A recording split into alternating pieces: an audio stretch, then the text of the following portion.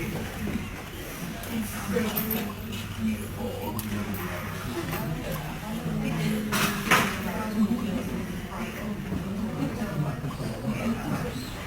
welcome everybody back to 1 Million Cups. Anybody been here before? Everybody? Who's first timers? Did y'all bring somebody with you? No, you came with somebody, right? All right, so I'm going to start off by thanking Stan Grell. He couldn't be with us today, but I want to thank the Rose State staff for allowing us to use this facility. Thank I2E, Greater OKC Chamber, where you at? Right here. Thank you for all helping put this together. So basically, this is a weekly educational program that we're going to host right here at Rose State every Wednesday at 9 a.m. And let's go ahead and get this started. We got Carrie from Room Swap today. She's going to come up, give a 6-minute presentation, followed by a 20-minute question and answer session.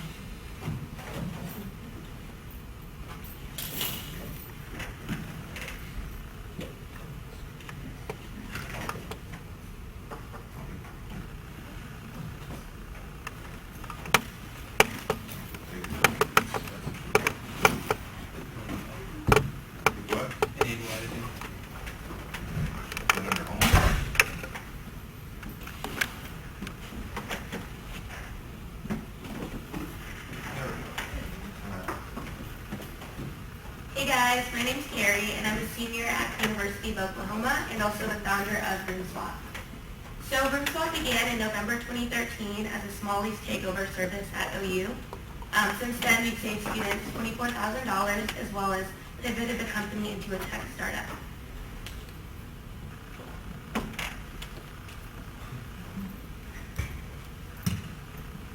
So here's a little bit about the team. My name's Carrie, I'm the founder. Nikki Sharper and Lindsay Jackson are also the co-managers of funding for Room Swap.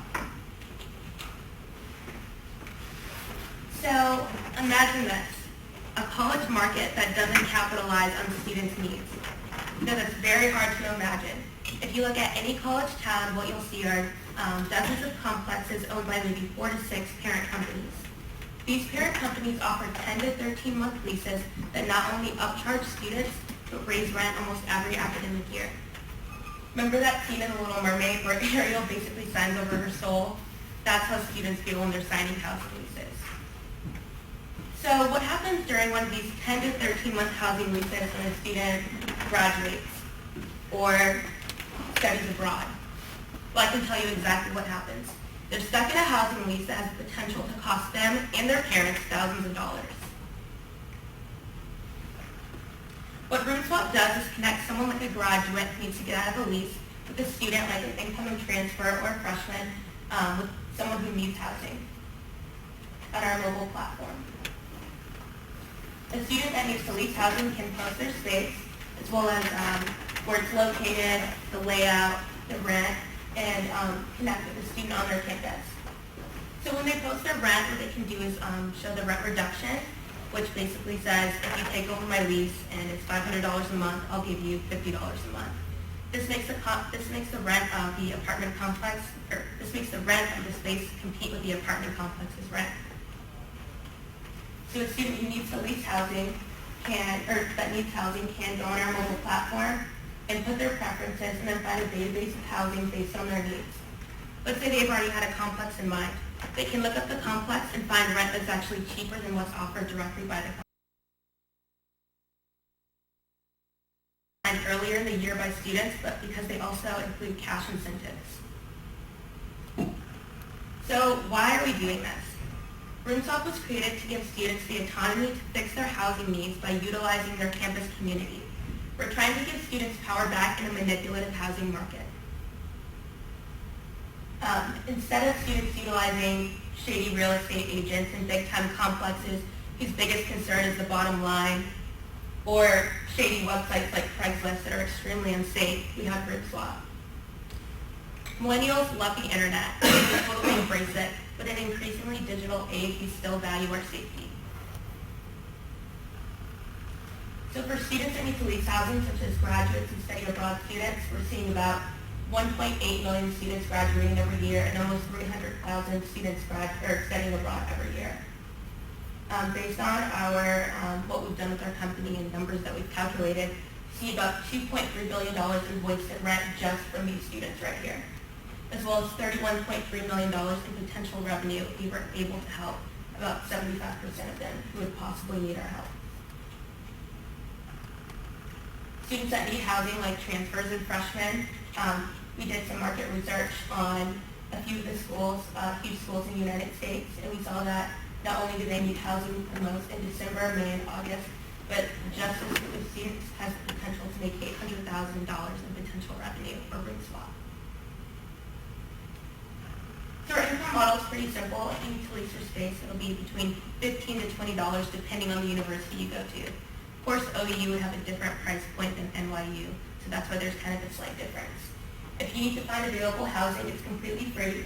And if organizations or campus clubs want to advertise through us to reach students, the costs are about $50 and up. Growth prospects. Just last fall, Forbes said that student housing was a $1 billion industry. What we're seeing this fall, 2015, are 50,000 new beds being built around the United States for college housing. And also a 14% increase in university students in less than the next 10 years. We're also seeing a huge increase in the number of students studying abroad, which means the more, and this usually happens between the fall, spring, and summer semesters. So what has Room Swap done? We've run the company manually and it saved students $24,000. We've done market research at the University of Texas where 31 out of 40 students said that they would feel safer and more confident in a mobile housing platform. For the startup, we've done three phases of prototypes, and the development begins this August, and we're planning to launch the mobile platform in January 2016. So there are a lot of ways to get involved with RoomSwap. You can subscribe to our newsletter on www.roomswap.co. You can also connect with us on social media at RoomSwapCo. Shadows always help, they totally rock. And we actually have a Kickstarter right now as well. You can totally look us up on our website. There's a link to our Kickstarter, and we're actually trying to raise $2,000 today. So if you guys want to help out, that'd be awesome. That's it. Thank you, guys.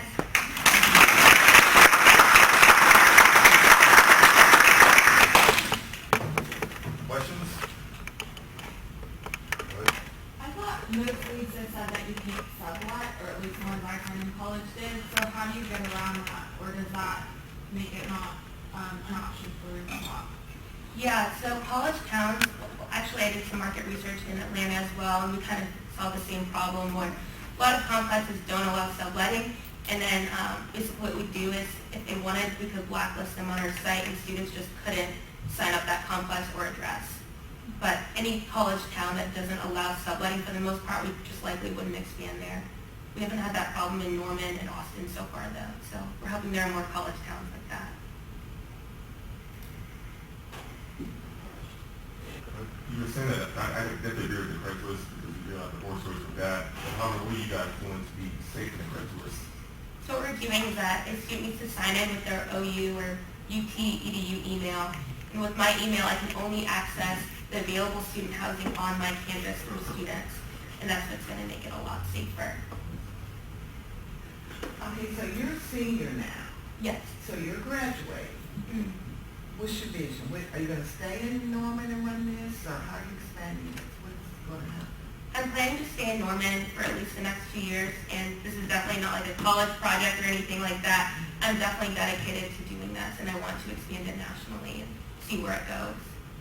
Okay, and so you're looking for investors, and where would that revenue, what would you use the money for if you had investors? So the $5,000 that we're raising right now is going towards developing the mobile platform that's going to launch in December, and also expanding to the University of Texas. So that includes just promotional items, campus ambassadors, and really just getting the word out on the campus so that we can grow the company and eventually learn to scale and go national. And so just contact from your website you listed? Yes. Okay. Yep.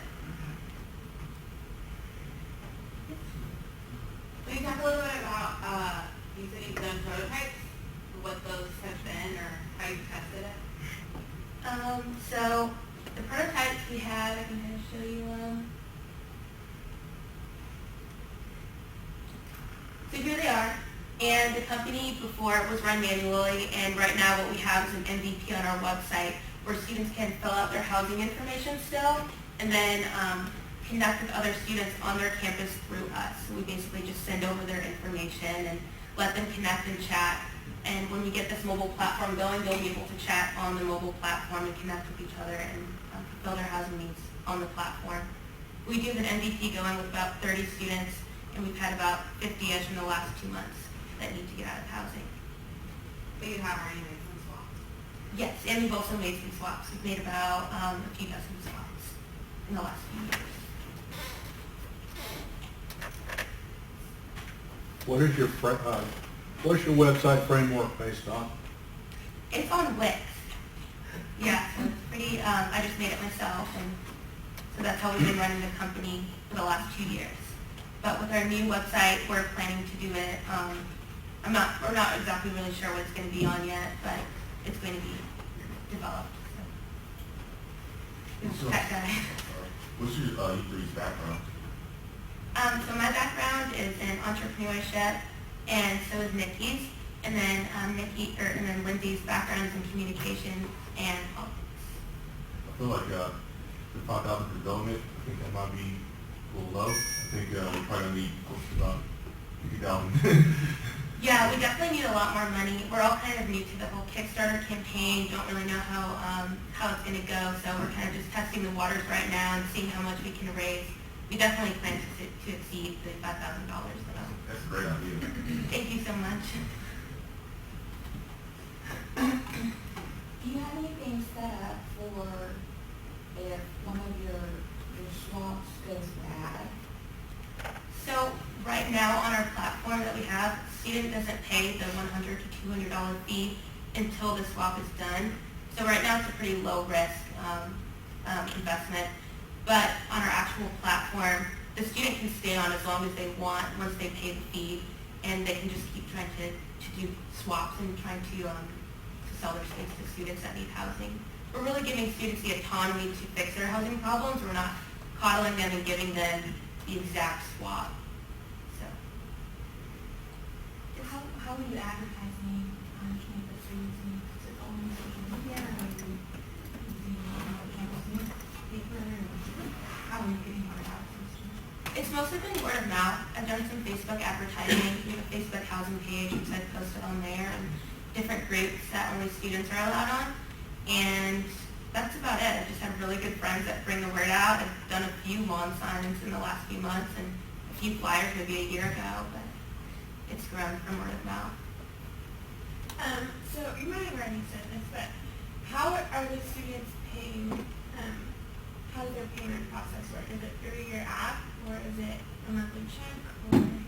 Yeah, what we want to do is on the platform allow them to swap the money like that. But right now what we do is if it's $50 a month for the next 3 months, you just give them a $150 check to make the risk low and to just know the swap's even, and we're not worrying about it month to month. So, but that's definitely something that we've talked about and that we plan to bring into the mobile platform.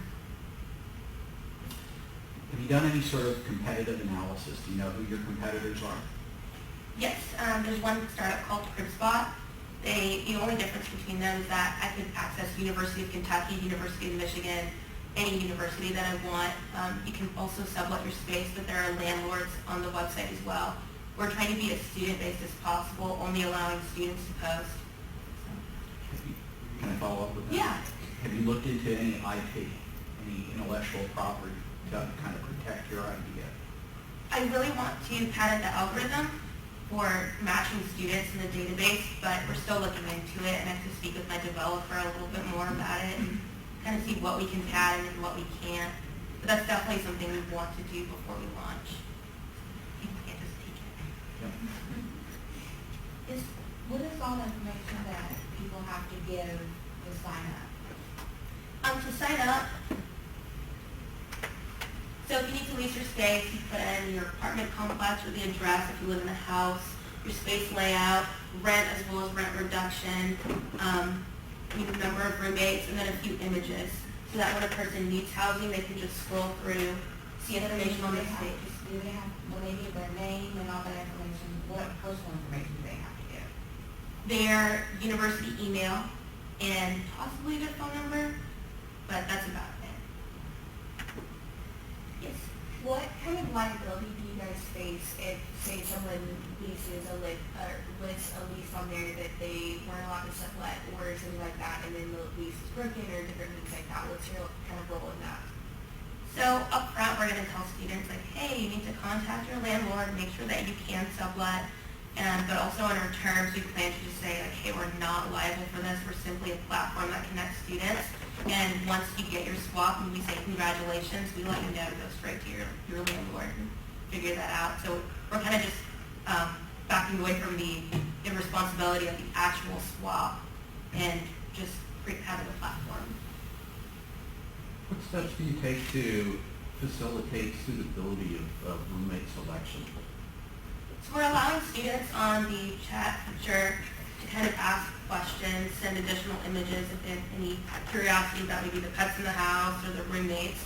But it's really their, right now what we're planning to do is just have it as their project to just figure out if they're a good fit for each other and really base the needs off of if the person wants to live in an apartment or a house, if they want pets or no pets, how close to campus. And then on the chat feature they So can, you just facilitate the connection and leave it up to them? yeah, the deal breakers basically. They can do the personality and everything else, do the chat feature. Yeah, right now it sounds like you collect your money after the room swap is made. In the future, how do you make sure that you get the money and people just don't sign up on here, connect with the people, and they make a deal without you being involved? Yeah, so what we're trying to do with the $15 to $20 fee is to make sure that the student is paying the fee before accessing the site, and that's the student that needs to lease their space. So to even just get connected to students, they would have to pay the fee first. But they could also scroll through and see how many students maybe need housing or get an idea before paying, so they're not going in blind into the platform. Any other questions? Yeah. So you said what are the security features if they need to have a university email address? Is that on both ends? For those that are wanting, so you mentioned freshmen, how, and I don't know, how soon do the freshmen get their email address? Because obviously they're going to want housing, know that their housing is secure before they arrive. How does that work? I mean, maybe they get it much earlier than when. Yeah, so we're really focused on freshmen that are at the end of their first year because at least at the University of Oklahoma, you pretty much have to live in the dorms. So by then they already have their EDU email, but with transfers we've gotten that question a lot. Usually you get your email once you're accepted, and then you have a few months to kind of get everything set up, get your classes ready, get your housing ready, and that's when they would be able to access our platform. And we've helped transfers from like Alabama and from all the way across the world. So all you really need is your EDU email, and you get that once you're accepted. You mentioned from a marketing standpoint, it's been a lot of fun helping out and so forth. Are there opportunities for you guys to work with the Department of Student Housing to get visibility? And also you mentioning that a lot of opportunities are created from foreign exchange. Do you have anything set up with the departments that do foreign exchange programs to create visibility? Yeah, so we actually have a partnership with OUIAC, which is the international organization that's above all of the other international organizations. They have an umbrella organization. And so we're working with them, we're working with the OU Transfer Office and the OU International Office, but partnerships are definitely slow with OU having traditions as their kind of go-to. So our partnerships with Student Life and Housing and Food have been a little bit slower. So, but we're definitely making those connections. How have you talked to landlords? You might have covered this, but have you talked to landlords and how are they responding? Landlords love it, especially in Norman. I know one landlord that I know has about 8 rooms available, and maybe 2 or 3 are filled up at all times, and he would love when a student moves out to post it on the space, even when the lease is over, to just have his space out there so that more students can hear about it and can sign up. A lot of landlords do lawn signs, things like that, and it's kind of effective, but students are using the internet, so they definitely think this is exciting. Have you gotten any feedback from the people that have already participated in the room swap? And if so, what are they saying? And are you tracking that? Are you are you planning on using that for advertising, et cetera? Yeah, so on our Facebook housing page, or on our Facebook page, you can actually see all of our reviews. And so some of our students, we helped them in like 24 hours, and they wrote reviews about that. And they were also just saying how helpful it was. And the students were usually helping our graduates or study abroad students, so they're in really transitional phases, and they just say it really takes the weight off of their shoulders when they're really busy and kind of stressed out. As a community, like as a 1 Million Cups community, what can we do to kind of help you next? Definitely just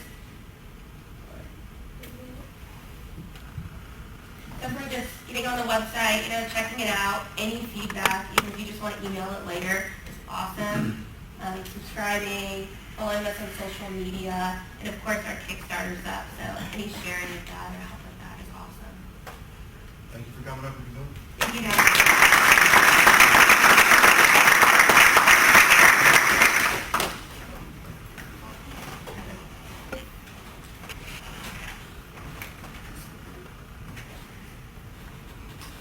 CCEW over at OU is a partner of OK Coders. Susan's right over here. If anybody has any questions, they're going to be launching their OK Coders class in September. Yeah, end of September. So if you have any questions, get with her afterwards and get involved with that.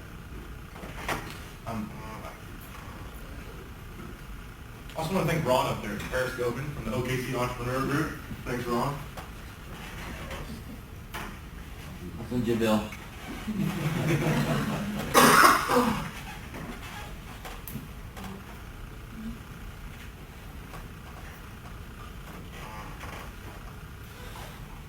Next up, we got Ben Walker from Byers Point.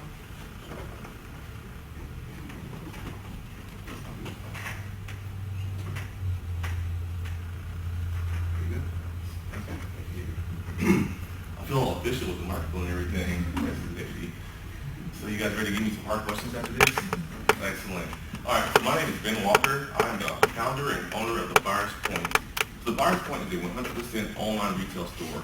The best way to think about this is if you were to think about it like a brick and mortar store. If you were to walk into a building, pick something off the shelf, go to the counter and pay for it. Same exact concept, except I sell everything 100% online. So before I go any further, let me give you a little bit about my background. So I've always had this entrepreneurial spirit ever since I was a little kid. Actually, when I was in elementary school, I used to make little paper jewelries and some to other kids. So that was my first real venture. So apparently, students or parents and teachers really frown upon little kids selling other jewelry to other kids. So that didn't work out so well. However, I kept that same spirit my entire life, and I went to school, graduated from Texas State University. Used to, not so much, yeah. And when I graduated, I think like a lot of students, I had a ton of student loans. So when I graduated, I had a nice little job, but even with the nice modest job, I still didn't really have a way to really leverage a high income to pay off these student loans. So I was constantly thinking, what can I do to really get more income in to pay student loans off quicker? Going through the months, thinking I can do. And one day I'm at a party, and one of my friends, she tells me, she says, hey, I have a old iPhone, or I have a new iPhone, and I have this old iPhone. Would you like to buy it? And I'm like, well, how much do you want for it? She said $50. And I said, okay, cool, that sounds reasonable. Let me look it up and see what I can get for it. Turns out I could get $150 for that iPhone. So I said, great. Unfortunately, like I said, I didn't have any money. So it actually took me 3 months to save up $50 to buy that first iPhone. 3 months later, I buy the iPhone, I sell it online, I get the return, and I'm like, sweet, this is great. And I think, wait a minute, I wonder if I can do this more. So I go on Craigslist, and it turns out that there are 100 people selling their old iPhones and Samsung devices. So I started buying them, and little by little, buying and selling them online to make a nice little business. So that's where the Byers Point is born. We've been in business now for 5 years. So what do? We're a 100% online retail store, like I said before. What do we sell? We sell consumer electronic accessories. So that means complementary items. For example, if you were to buy a TV, I would sell the HDMI cable, I would sell the wall plates, I would sell the component boxes. If you buy a tablet or a cell phone, I would sell the cases, I would sell the chargers, I would sell the adapters. What we do not do, we're not a drop shipper. So if you're not familiar with that term, what that means is basically I could be a seller and I list all these items, but I would not technically own any of those items. And what that process would work would be if you're a buyer, you would go to like Amazon, for example, buy an item, you wouldn't actually own the item. I would send that invoice to a drop shipper. That drop shipper would then ship that item to the customer. That model works great because it's not very capital intensive. The problem with that model though is that as a seller, I cannot guarantee the quality of the item and I can't guarantee the shipping times. So as a buyer, I would imagine anybody purchases something online, you actually want to make sure that the item that you buy is the item you receive, and you receive it in actually a relative shipping time. So as a buyer's point, we decided we're not going to do that. We're going to bite the bullet, take the capital expenditure, so all the items we see on our websites, we own 100%.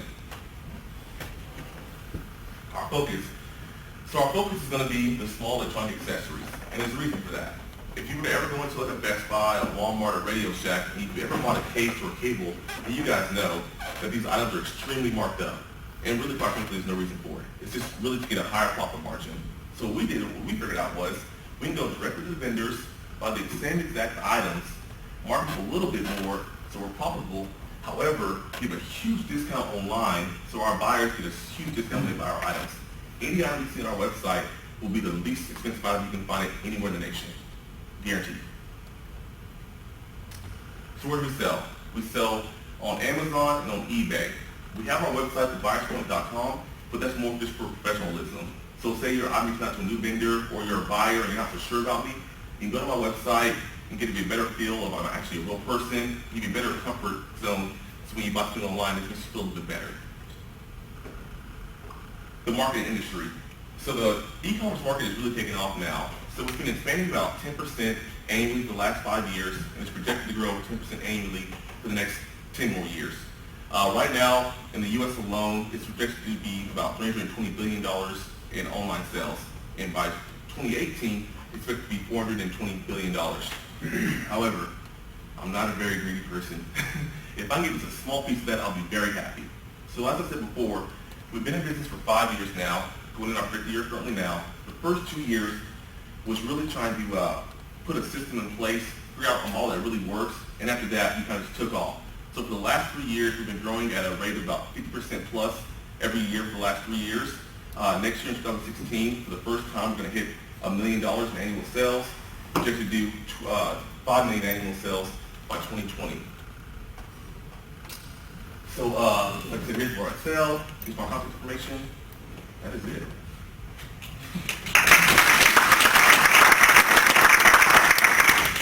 Questions? Yes, go ahead.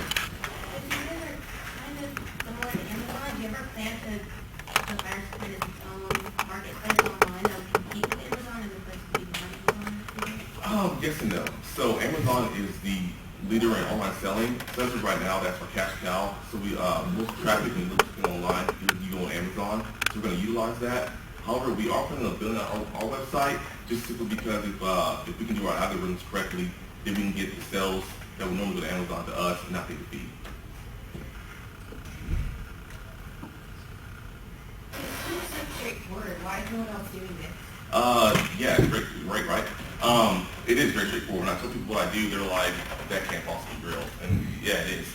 I think the biggest piece is what I've actually heard, one of my favorite quotes of people I follow online, is that everybody has this idea, but very few people are willing to execute on that idea. So yes, it's easy. However, when I first started doing this, my schedule literally for the first 2 years was I was waking up at 7 a.m., answering emails. I was working full time, so I was going to work from 8 to about 6 o'clock in the evening.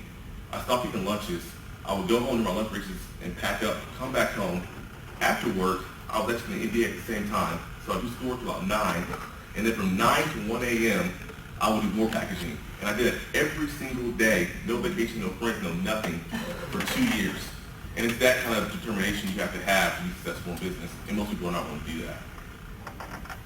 Oh, sorry. Take her first. Oh, go ahead. I was just wondering, do you have, how are you keeping the inventory? Yeah, so what I did, when I first started doing this, I was warehousing it in my in a room, in a little shed, and after a while that doesn't work out so well. And also it's a scalability thing. So it's actually, I say lead, but it's actually just me. I work with my laptop, the laptop's right there, and that's all I work from. So what I do is, I now use Fulfillment by Amazon. So if you ever go to Amazon and see Fulfillment by Amazon, what that really is a seller like myself we ship the stuff to Amazon and they warehouse it. So if I have a vendor, I get to send a PO to my vendor, they ship all the inventory to Amazon, and instead of me shipping it from my backyard, Amazon ships it for me from their warehouse. That's probably faster too. Absolutely, because what will end up happening at about year 3, after doing about 50 packages a day, you just don't have time to do it any longer. So you have to automate to scale. You know, when you think about competition, I know you said that a lot of people just fail to execute, but, you know, there's certainly others out there using the Amazon fulfillment model and things like that. What do you see as the biggest risk factors for you in expansion? Is it getting product? Is it getting visibility or what? Yeah, so I think I have no delusions. I think in 10 years, I think this area will be so saturated, I want to probably cash out. Because right now, no one really even knows about this. As you guys from all said, like, why am I doing this? People don't even know about it. So I think as people find out more about it, then they will start to saturate the market. However, there's a reason why I do accessories and not the actual hardware. 2 reasons. One, the price. If you buy a TV or a phone, they're extremely expensive. And to even get a phone call back from Samsung or Apple, the minimum order you have to place is $300,000 to even get a phone call back. So one, I don't have $300,000. And then second, once you start being the hardware, you're actually competing against the Walmarts and the Best Buys. And they really get the pricing on who has the most volume. So what happens online is it's just a fight to the bottom. On accessories, however, there's only one iPhone 6, but there's about 20,000 iPhone 6 covers. So for example, if I want to sell a white OtterBox, and I have a competitor that comes along and says, I'm going to sell that same white OtterBox, I say, fine. I'll just start selling the orange one, the blue one, or the gray one. It doesn't matter. So less competition that way also. So about how many products do you have, and how often are they coming off so we can find new products? Yep, so right now I have a line of about 150 products. I have maybe about a $10,000 to $15,000 write-off, give or take, every year of obsolete products. I could probably sell them, but what I realized is instead of wasting the time trying to sell obsolete products, just liquidate them and call it a day, save yourself the time. Through my vendors, the way I'm going to expand is simply just having more cash as the business grows. Even though I buy in probably very large numbers from my vendors, I'm still only doing about 1% of what they offer. So for me, expanding will be just simply just getting more cash to do more product lines. Anything else? Can you simplify that answer? What'd you say? Can you simplify that answer? I just will expand through more product lines. Some more stuff. Yeah, more So stuff. instead of 150 products, not 200 products. Do you already have products in mind that you're going to expand to? Yes and no. So most of my vendors will send me an email once a month that says, here's all our inventory, and I'll just look at that little list to decide what I want to buy at the time. And where did you find these vendors, or how did you? Man, I tell you, a lot of work and a lot of lost money. So I think the hardest part is finding vendors, and it's the same even doing this. So it comes from just trying out hundreds and hundreds of vendors, finally getting it down to a small number. Even in this huge market, I have like a set of rules that I have to live by and be disciplined by for buying. And that is, I need consistency, I need availability, I must have quality, and the very last thing is price. Because price doesn't matter, you can't get the first 3 things. And there's very few vendors that can supply all 4 of those. So you gave an example of OtterBox. I assume they have a suggested retail price. So if you're coming in below that price that your competitors are at, why are they willing to sell to you? Another key point. So what I do is I actually, for less competition, I will actually sell 1-year-old models. So most, like for example, OtterBox comes out a new model every single year. However, they want to get rid of all the old inventory they still have. So they liquidate it all off. So I'll go out to OtterBox and say, hey, instead of liquidating it all for 50 cents, I'll buy all of them from you for 75 cents. And to them, it's a win-win. Yeah. So are you mostly dealing with what they would consider last year's inventory? Yes and no. So for half my inventory, it probably is that way. The other half is simply just vendor relationships. And they just, since I've been with them so long, they give me kind of first crack at it, and that's how it works. Yep. How are you, I'm bringing up a competitor, so don't No worries. shift it. How are you compared to monoprice? Oh, so monoprice would actually, since they're much larger than I am, they would actually be able to be a vendor for me. So what I've learned also getting going on is you can't beat your competitor. Those things, if you can't beat them, join them. So if I can't beat monoprice, I will just call monoprice and say, hey, I see you selling TV stands. I can't beat you. How about I buy all of them from you and you stop selling them? And be done just like that. Earlier, like you had mentioned that you were trying to get the word out. Have you thought about who your specific target market is? Because my thing is that I bet you half this room doesn't know who monoprice.com is. Mm-hmm. You know, but they obviously know Amazon and eBay, something like that. So, Yeah, who's your so- target market? So what's great about Amazon is I actually had, until this year, I didn't spend $1 in advertising. If you were to search for Samsung 8-inch tablet, pink case, mine would come up. So because of that, if anybody searches for it, it comes up and you buy mine. So I don't have to ever get the word out because Amazon has built in those algorithms to show up on Google automatically. So, that's not it. And when you first started, did you start off on Amazon or eBay? Is that where you first started? Yeah, so I first started Craigslist, and then I went to eBay, and then went to Amazon. Go ahead. Yes. Okay.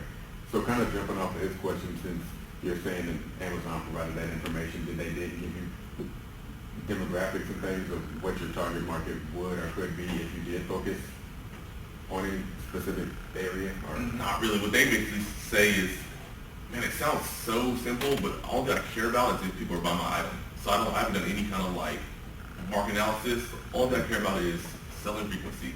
So I don't care if a grandma buys it or a toddler buys it. Could care less. If it gets sold, all is good in the world.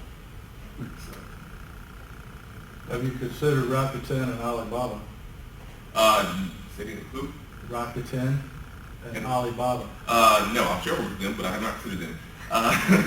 No, so Amazon is the king. To give you an example, so when I first started selling, it's about 60% of it was coming from eBay and about 40% coming from Amazon.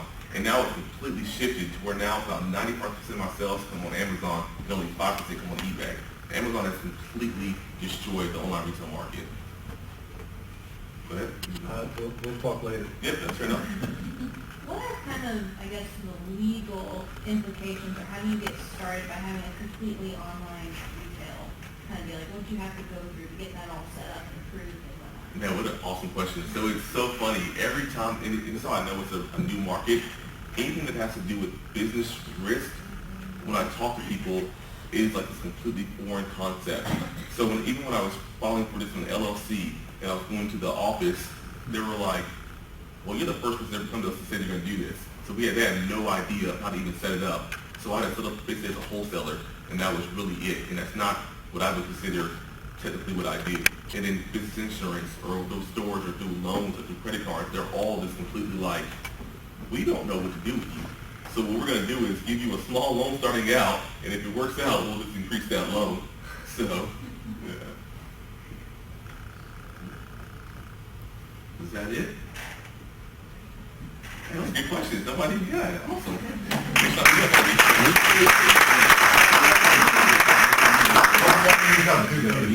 One, I would say, man, this is awesome. It's really nice to be like, it's really refreshing to be in a community where you're with like-minded individuals. So one, keep this going. I know it's just the second week in Oklahoma City. Keep going. I'm sure this room will be packed in no time. Second, from a personal standpoint, so there is really no like forecasting models out there for business. So if any of you guys are coders that are willing to like sit down with me, I'm willing to pay. What I'm looking for is somebody that can take all my historical data and forecast out week by week what my projections will be at the end of the year. I can do Excel, I can do weighted averages, but I need something very specific.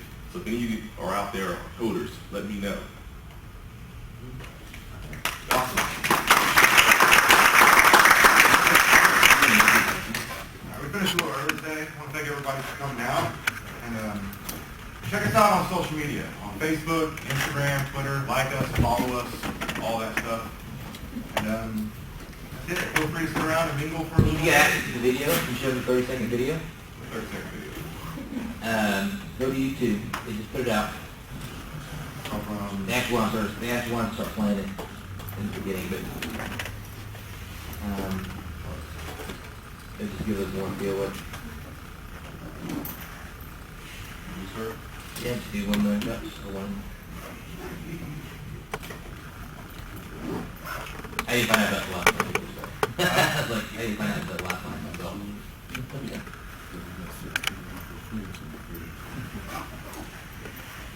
The 30-second video just came out. Can you sort by date?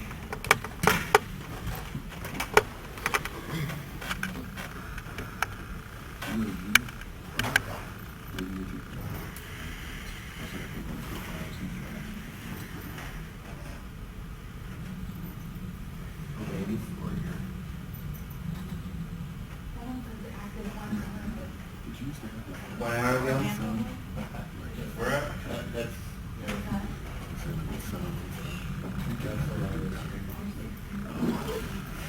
we had a lot of views. Oh, it was just 1 million cups, or do you remember what it's called? Is it an email? Is it a promotion? Yeah, it's just talking about what 1 million cups is and 30-second video. They sent an email out about it, or? Yeah, I sent you an email. I forwarded you an email. Oh, I see it, active 1 million cups. Oh, I see it. That's actual Orlando. Can you get to the channel? Yeah. Click on the channel. buy Kaufman 1 million cups. Nope. No, right below, Underneath it, like the third video. Back up. Third video. My top. Right there. There you go. oh no, you moved.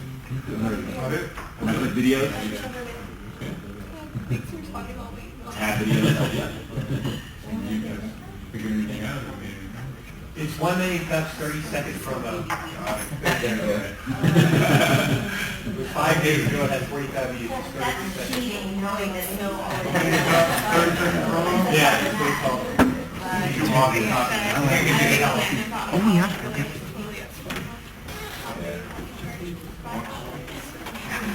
Yeah. There you go. We got sound on this?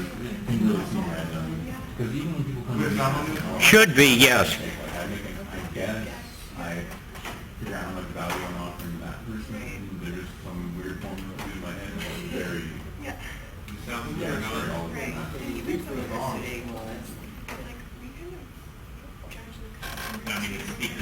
Yeah. Yeah. Yeah. Yeah. Yeah, we just agreed. That,